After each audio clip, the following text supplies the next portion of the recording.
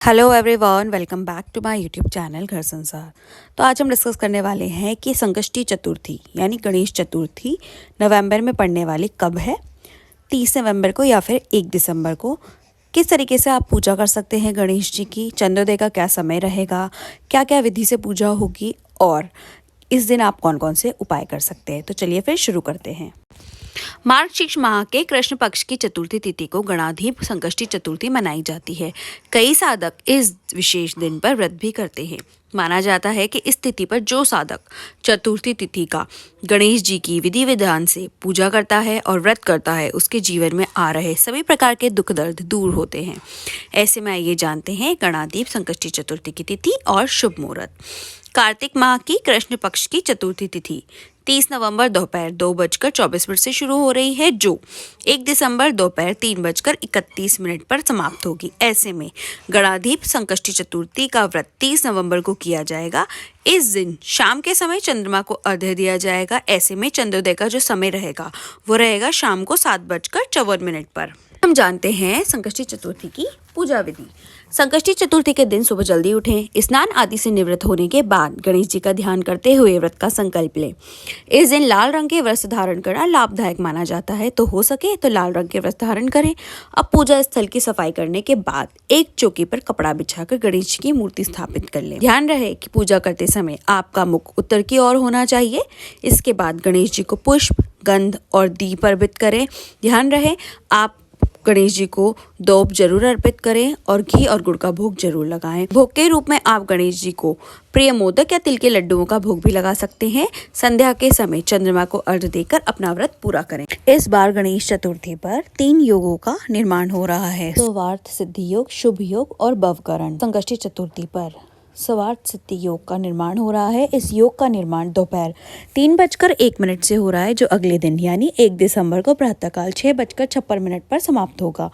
इस योग में भगवान गणेश की पूजा करने से साधक को सभी प्रकार के सुखों की प्राप्ति होती है। शुभ योग। संकष्टी चतुर्थी पर शुभ योग का संयोग बन रहा है। इस योग का निर्माण संध्या काल 8:15 तक है। इस समय में शुभ कार्य करने से सफलता मिलने की संभावना बढ़ जाती है। तो अगर आपको कोई भी शुभ कार्य करना है जो कि संकष्टी चतुर्थी वाले दिन पड़ रहा है, तो आप शाम को 8:15 के पहले इस शुभ कार्य कर लें। भवकरण। संकष्टी चतुर्थी पर भवकरण का भी संयोग बन रहा है। इस योग का निर्माण दोपहर 2:24 से हो रहा है, जो अगले दिन 1 दिसंबर को देर रात का 2:53 तक है। तो अगर आपको कोई पूजा करनी है या फिर कोई शुभ कार्य करना है या फिर किसी शुभ काम से जाना है या फिर कुछ भी अगर आपको शुभ करना है, तो आप इन तीनों योग में से किसी भी एक योग में कर सकते हैं। आइए जानते हैं संकष्टी चतुर्थी के कुछ उपाय जो आप इस दिन कर सकते हैं। अगर आप अपने परिवार में सुख शांति बनाए रखना चाहते हैं तो इस दिन अपने दोनों हाथों में लाल फूल लेकर भगवान गणेश को अर्पित करें। साथ ही फूल चढ़ाते समय ओम गण गणपते नमः मंत्र का जाप करें। ऐसा करने से आपके परिवार में सुख शांति बनी रहेगी। अगर आप अपने बच्चे की तरक्की और उसका मान सम्मान में बढ़ोतरी करना चाहते हैं तो इस दिन अपने बच्चों के हाथों से मंदिर में दूध का दान करवाएं। साथ ही गणेश जी का आशीर्वाद प्राप्त करें। ऐसा करने से आपके बच्चे की तरक्की सुनिश्चित होगी और उसके मान सम्मान में भी बढ़ोतरी होगी। अगर आप अपनी सभी इच्छाओं की पूर्ति करना चाहते हैं तो इस दिन भगवान गणेश को रोली और चंदन का तिलक लगाएं। साथ ही गणेश जी का मंत्र का 11 बार जाप करें। मंत्र है: वक्रतुंड महाकाय सूर्यकोटि समप्रभ निर्विघ्न कुरु मे देव सर्व कार्येषु सर्वदा। ऐसा करने से आपकी सभी इच्छाओं की पूर्ति होगी। अगर आप नौकरी में उच्च पद की प्राप्ति करना चाहते हैं तो इस दिन 8 मुखी रुद्राक्ष की विधिवत पूजा करके गले में धारण करें। ऐसा करने से आपको नौकरी में उच्च पद की प्राप्ति होगी। अगर आप छोटी छोटी खुशियों को बटोरकर अपने जीवन में आनंद भरना चाहते हैं तो इस दिन गणेश जी को बूंदी के लड्डुओं का भोग लगाएं। भोग लगाने के बाद बचे हुए लड्डुओं को छोटी कन्याओं में बांट दें और इनका आशीर्वाद लें। ऐसा करने से जीवन में छोटी छोटी खुशियाँ भी आपको आनंदित कर देगी। अगर आप अपने बच्चे के जीवन की गति को बनाए रखना चाहते हैं तो इस दिन भगवान गणेश की पूजा के समय एक हल्दी की गांठ लें और उसे कलावे से बांधकर पूजा स्थल पर रख दें।